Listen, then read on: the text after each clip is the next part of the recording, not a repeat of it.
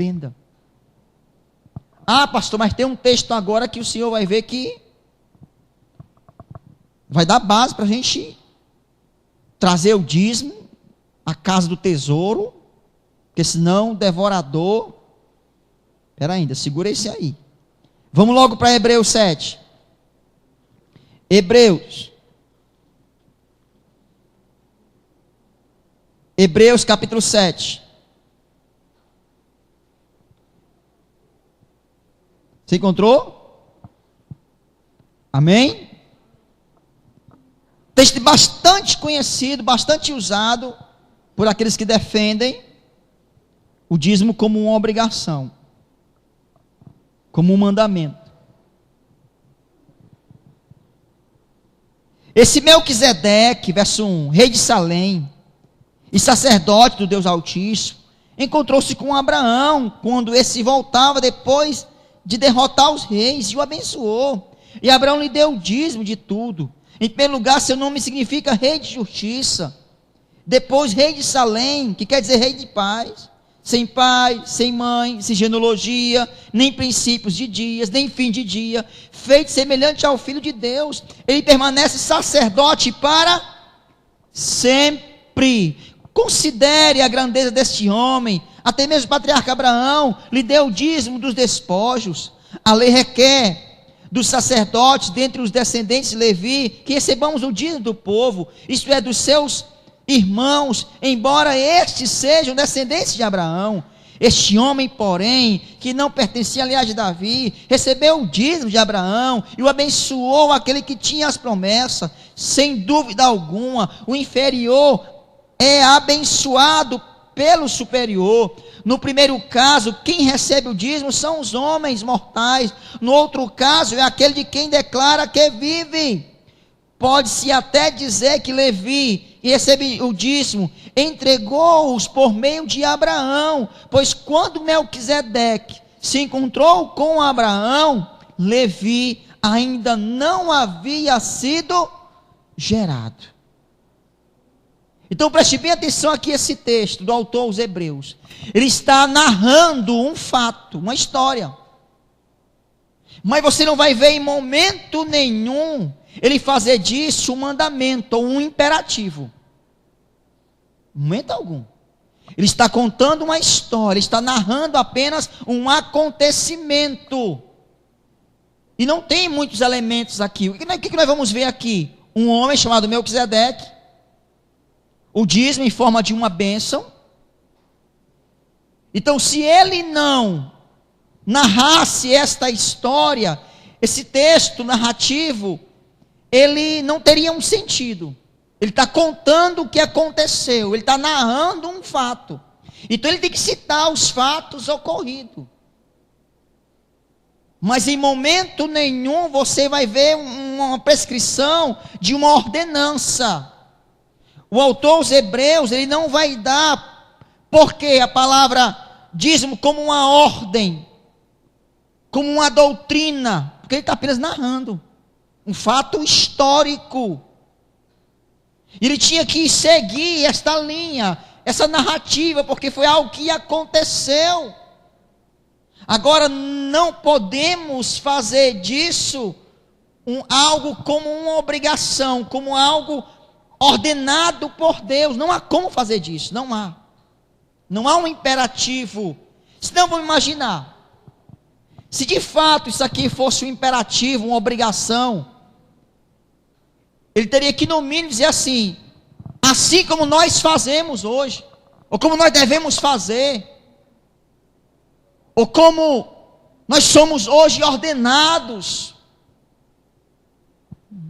Não tem. Em momento algum, não tem. Ele vai narrando um fato, uma narrativa, um imperativo, uma frase. Mas ele não vai de maneira nenhuma nos dar um mandamento. Isso seria o suficiente. Faça hoje igual a Abraão. Vamos cumprir agora o que ele está fazendo. Essa é a prática da igreja. Ou como nós fazemos hoje, não. Ele vai só citar o fato, ele vai narrar a história e pronto. Mas não podemos pegar esse texto e dizer que o dízimo é um mandamento, é uma obrigação. Não tem. Eu já falei aqui outras vezes, você não vai encontrar na Bíblia, no Novo Testamento, um mandamento para dizimar. Você vai correr doido por todos os lados e não vai encontrar. Espera ainda, pastor, peraí, você está dizendo que não é para dizimar? Segura aí. Eu estou só enchendo a tua bola. Daqui a pouco eu furo ela. Ai, que coisa boa, não vou mais dizimar, a igreja não vai mais dizimar. Segura aí. A graça é graça. Jesus conhece os nossos corações, irmãos. Ele conhece. Os antes dizimistas, eles só pregam para não dizimar, mas eles não ensinam a graça. Eles não ensinam como deve ser feito. Isso é o grande mal. Não dizime, era da lei, Deus não mandou, não tem no Novo Testamento, realmente não tem, Deus não mandou. Mas e aí? Como se sustentava a igreja antigamente? Como os irmãos agiam? Como eram as contribuições? E agora que nós vamos ver. Preste bem atenção. A verdade é que o dízimo é um assunto que é pouco tratado no Novo Testamento. Então eu li aqui algumas poucas passagens, mas de respeito principalmente ao povo judeu. Então, pastor, como é que é a contribuição na igreja? No Novo Testamento ensina a prática do dízimo, pastor? Não, no Novo Testamento, nenhum parâmetro mínimo vai estipular a forma mínima para você contribuir. 10%, não tem. 5%, 12%, não tem. Você vai procurar e não vai achar. Ah, pastor, o mínimo não é 10%? Não tem, irmão. Agora nós vamos ver como é que é a igreja. Como é que se mantinha a igreja? Como é que viviam os cristãos? Qual era a base que eles usavam para se manter? Então agora eu vou falar para nós. Para o nosso tempo, para a igreja.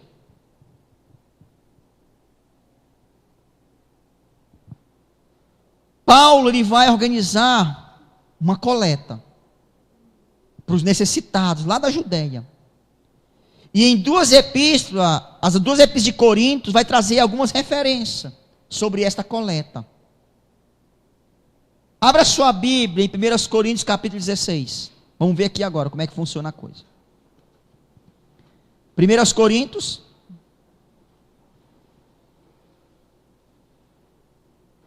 capítulo 16.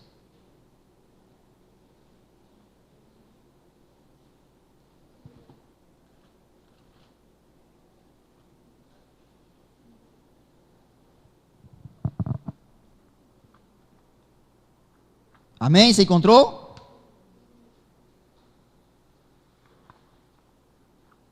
Vamos lá. 1 Coríntios capítulo 16, verso 1 e 2. Quanto à coleta para o povo de Deus, façam como ordenei às igrejas da Galácia. Então, essa passagem aqui, essa ordenança, Paulo já estava fazendo e falando em todas as igrejas. É uma forma. Ah, para isso aqui foi algo específico para os coríntios. Não foi. Isso aqui era uma ordenança de contribuir, de como contribuir na igreja. Paulo já tinha feito isso na Galácia. E agora estava fazendo em Coríntios. No primeiro dia da semana, cada um de vocês separe uma quantia, de acordo com as suas... Vocês estão sem Bíblia?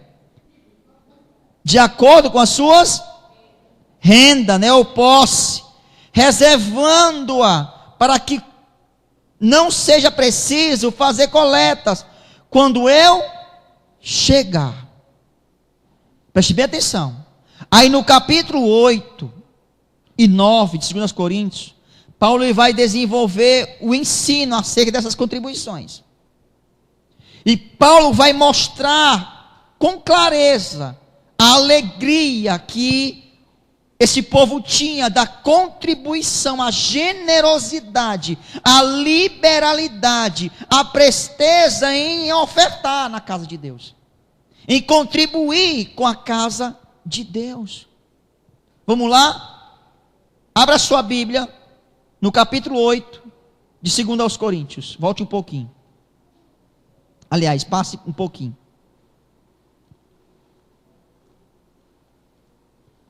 Segundo aos Coríntios, capítulo 8. Você encontrou? Vamos ler, verso 1 em diante. Agora, irmãos, queremos que vocês tomem conhecimento da graça que Deus concedeu às igrejas agora Macedônia, preste bem atenção. Galácia, Corinto, ele fala de Macedônia. No meio da mais severa tribulações, a grande alegria e a extrema pobreza deles transbordaram em rica. Que nome é que está aqui escrito, irmãos? Generosidade. Grave isso. Grave esta palavra. Generosidade. Pois dou testemunho de que eles deram tudo quanto podiam. Escute isso. Deus não quer nada que você não tenha. Vou repetir. Deus não quer nada que você não tenha. Não. Eles deram tudo quanto podiam. Interessante isso. Mas olha o que acontece. Olha o que acontece. Por iniciativa própria. Eles foram obrigados? Constrangidos? Não. Por iniciativa própria. Eles nos suplicaram. Imagina a cena, irmãos. Paulo, não vai se eu poder te ajudar não. Deixa eu só prestar um dia de serviço ali, que eu quero te dar uma oferta. Não vai agora não, fica mais 2 dias, eu vou receber um dinheiro ali. Por favor, Paulo, fica. Eu estou sem dinheiro agora, mas eu vou capinar ali. E quando tu voltar, eu estou com dinheiro. Então, peraí ainda, Paulo, eu tenho aqui 2 quilos de arroz, mas eu vou te dar um para tu levar para a viagem. Rapaz, tu só tem 2, vai dar nem para tua semana, não se preocupe não. Por favor, me deixa eu te ajudar. Eu só tenho 2, mas eu quero te dar um. Deixa, por favor. Quem faz isso hoje, irmãos? Tá vendo como é mais sério? Vamos continuar. Então eles suplicaram insistentemente o privilégio de participar da assistência aos santos, e não somente fizeram o que esperávamos, mas entregaram-se a si primeiramente, a si mesmo, ao Senhor, e depois a nós.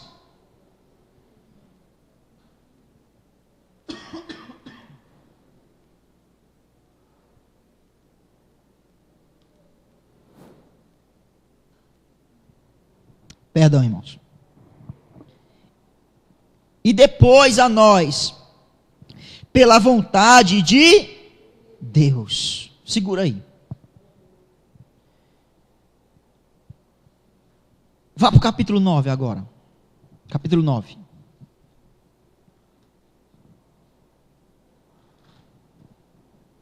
Vamos ver como é que eram essas contribuições.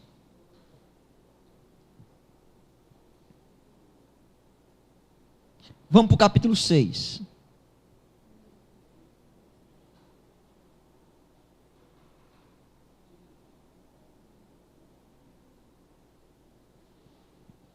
Lembre-se, aquele que semeia pouco, também colherá pouco. E aquele que semeia com fartura, também colherá fartamente. Então vamos lá, escuta aqui, olha para cá. Você não ouviu aqui nenhum dessas narrativas a palavra dízimo, ouviu? Quem ouviu? Não tem. Não tem. Mas com certeza tem um princípio superior ao dízimo. Sim ou não? Sim. E é exatamente aqui, queridos, que muitas pessoas se enganam, se confundem, se embaraçam. Porque o ensino de Paulo é que esta contribuição, primeiramente, ela deve ser voluntária. Voluntária. Não deve ser obrigada. Ele diz mais, em outra passagem, no capítulo 8:8, não vos falo na forma de um mandamento. Ele diz, não é um mandamento. Está bem claro isso aqui. Mas para provar, pela diligência de outros, a sinceridade do vosso amor. Olha como é que eu provo quem de fato ama o reino de Deus e quem de fato ama as vidas humanas.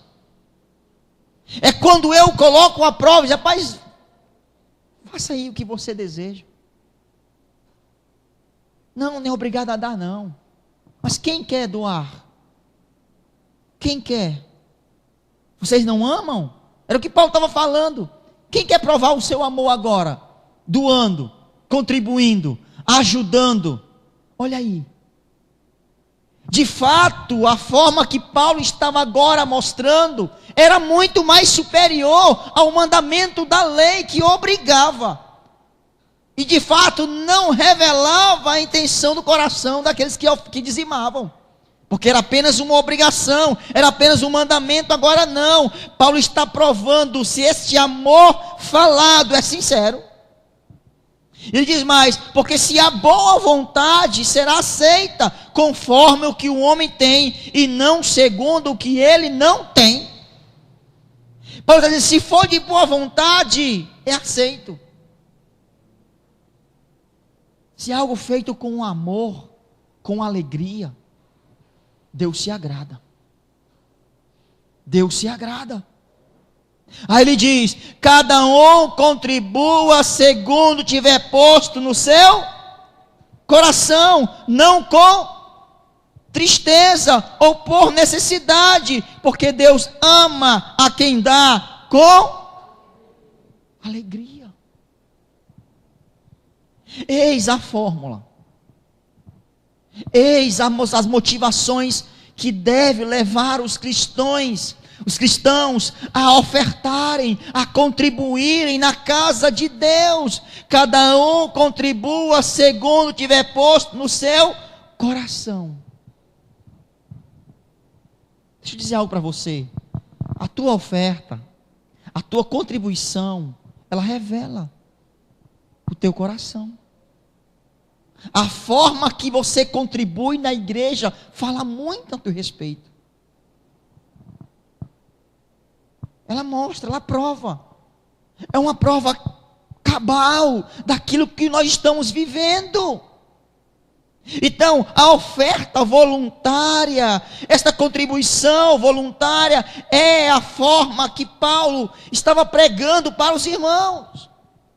Olha o que diz em Filipenses 4:15. Filipenses 4:15 ao 18. E sabeis também vós, ó Filipenses, que no início do Evangelho, quando parti da Macedônia, nenhuma igreja se associou comigo no tocante a dar e receber, senão unicamente vós, porque até para Tessalônica mandaste não somente uma vez, mas duas, o bastante para as minhas necessidades. Não que eu procure os donativos, mas o que realmente me interessa é o fruto que aumente o vosso crédito. Eu recebi tudo e tenho abundância, estou suprido, desde que Epafrodito me passou as mãos, o que me veio de vossa parte como aroma suave, como sacrifício aceitável e aprazível a Deus. Olha que coisa maravilhosa. Paulo estava dizendo, olha, eu fui socorrido quando nenhuma igreja quis me socorrer. Vocês, filipenses, agiram com generosidade e eu fui acudido. E essa generosidade de vocês, aí Paulo usa agora a mesma expressão da oferta do Antigo Testamento. Cheiro suave de libação. Paulo estava dizendo que o efeito daquela generosidade estava sendo recebido diante de Deus como uma oferta de sacrifício. Olha como é algo tremendo a forma que eu dou, as motivações que eu tenho para contribuir na casa de Deus. Olha o efeito disso. Chega até a Deus, não sei o que eu estou dizendo não, é a Bíblia, como uma oferta suave. Eis aqui o segredo.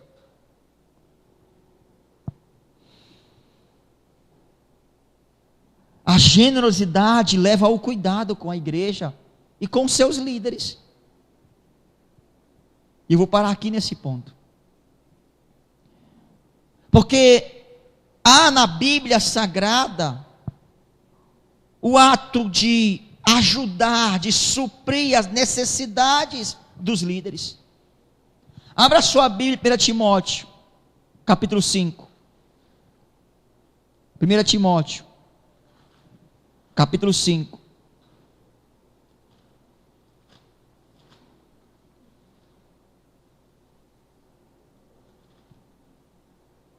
Verso 17.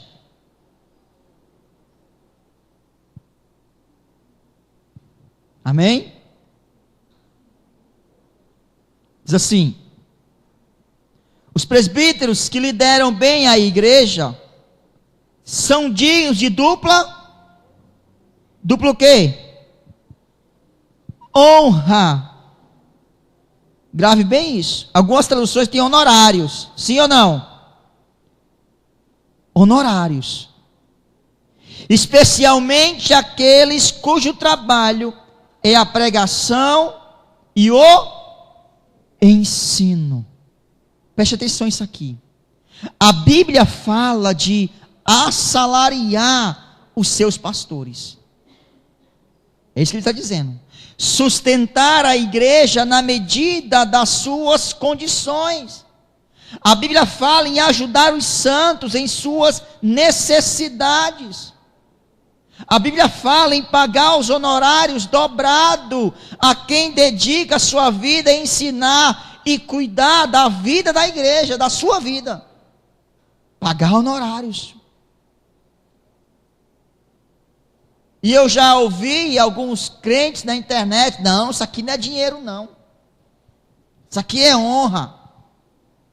Vamos lá, me explica, como assim honra? Não entendo.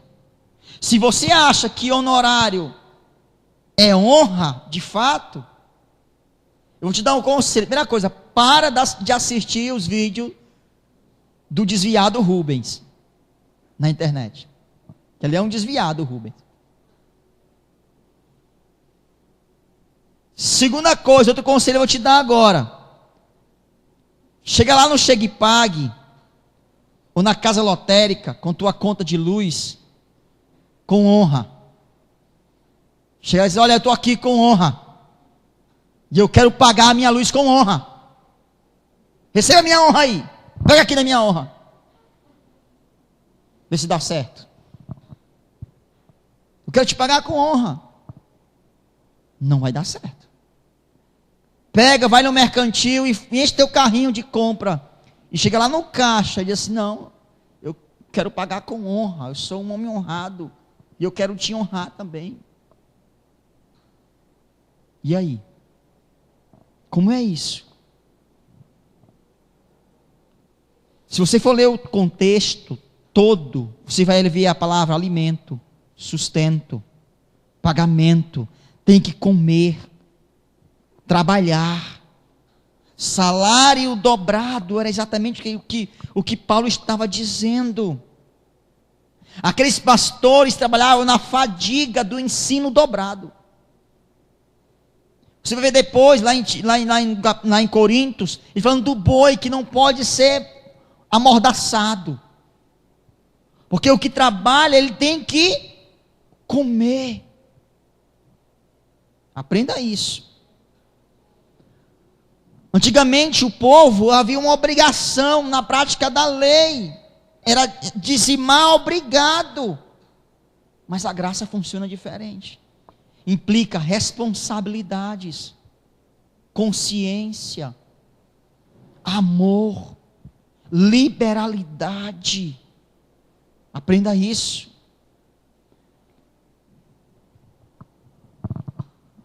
Eu vou terminar agora. E eu vou continuar na próxima sexta-feira. Você não vai ver no Novo Testamento nenhum valor específico, dá 10%. Não. Mas está lá, sermos generosos. Está lá, voluntários. Está lá, fazermos isso de forma sistemática e de bom grado. Está lá o mandamento do dar. Está lá o ter o cuidado com os santos. Está tudo lá no Novo Testamento. Há no Novo Testamento algo que pesa ainda mais sobre nós da graça. Muito mais. O amor. O amor. No Antigo Testamento, o dízimo era feito com alimentos, trigo, cereal, animais. É por isso que lá em Malaquias tem o gafanhoto, o migrador, o cortador. É por isso que está lá essa expressão. Mas isso aqui, gente, não é porque o povo não dava o dízimo, estava sendo castigado. Não era isso. O que está em voga nessa passagem de Malaquias 3 é a desobediência. É a desobediência. E não era só em não dar o dízimo. Existia muito mais coisa, pesava muito mais sobre o povo. Não era só questão de dinheiro, não, existiam outras coisas. Aquele povo tinha um coração avarento. Um coração duro. Eles queriam as coisas boas somente para si. Olha como envolve muito mais. Então entenda. Aquele povo estava sendo repreendido por Deus por causa da desobediência. Hoje não existe mais a tribo de Levi. Os rituais foram abolidos. Mas ainda existem princípios. E os princípios não passam. Não passa. Temos que entender isso. No Antigo Testamento existia a circuncisão. Aí Paulo fala que agora o que é circuncidado? O nosso coração. E trazendo para a questão de contribuição, de ofertas ou de dízimo, grave bem esta palavra: amor, generosidade. Grave essa outra palavra: generosidade. Não tem a palavra dízimo como um mandamento, mas há uma série de textos falando de como é que nós temos que agir generosamente e como devemos ofertar no Novo Testamento. Não há o dízimo, mas há princípios maiores, valores maiores que foram conservados, mantidos e até ampliados pelos discípulos.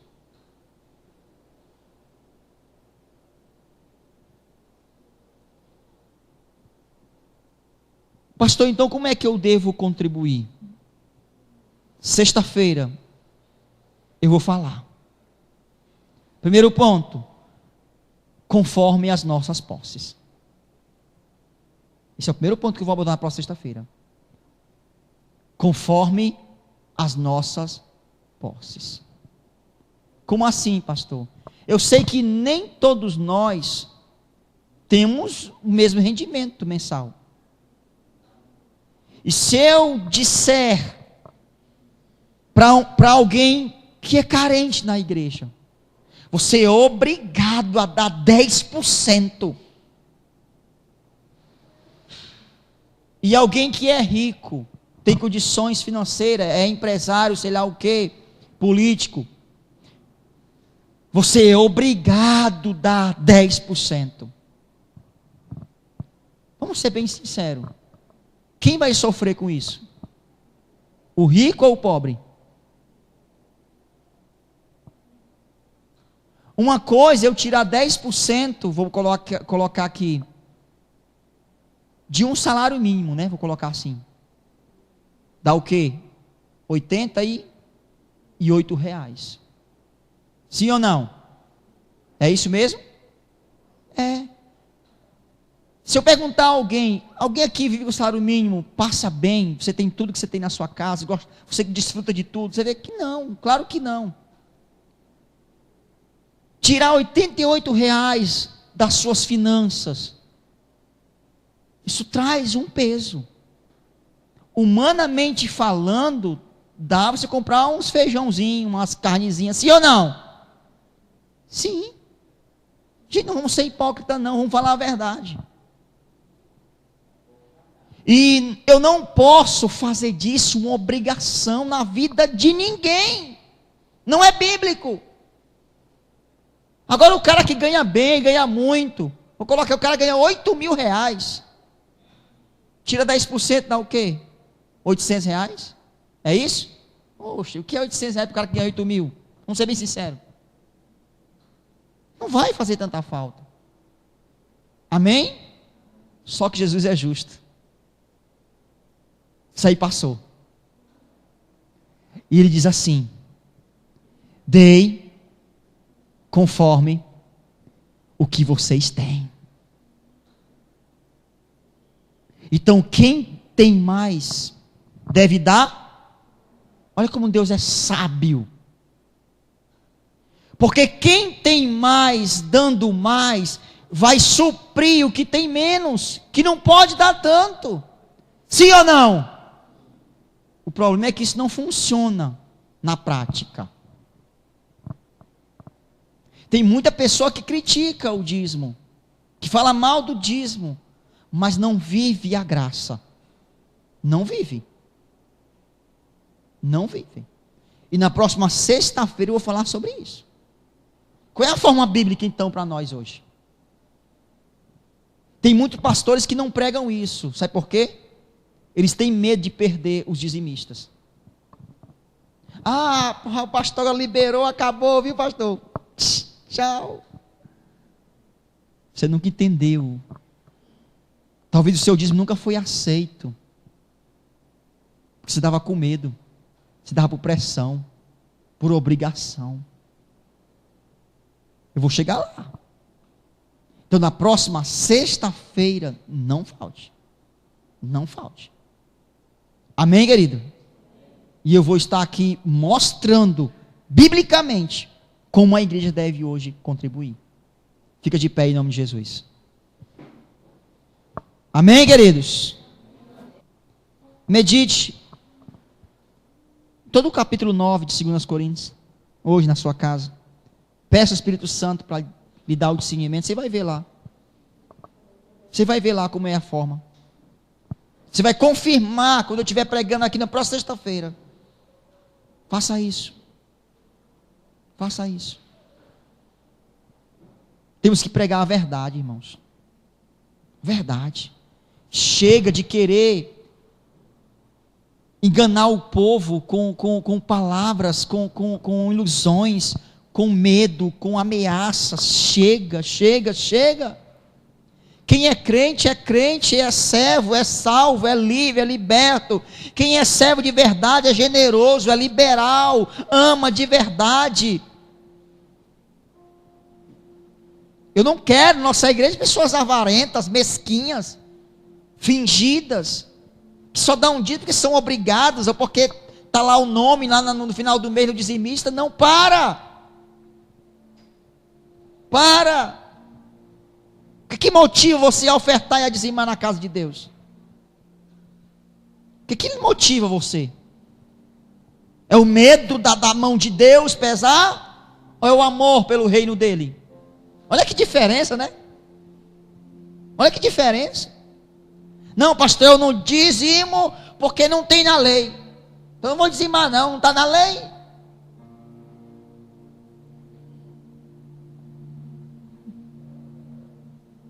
Não falte sexta-feira. Eu tenho muita coisa para falar, muita coisa. Não falte sexta-feira. Pai Santo, que tua palavra encontre corações contritos, sinceros, verdadeiros nessa noite. Homens e mulheres cujas suas vidas reflitam tua glória em tudo, Pai.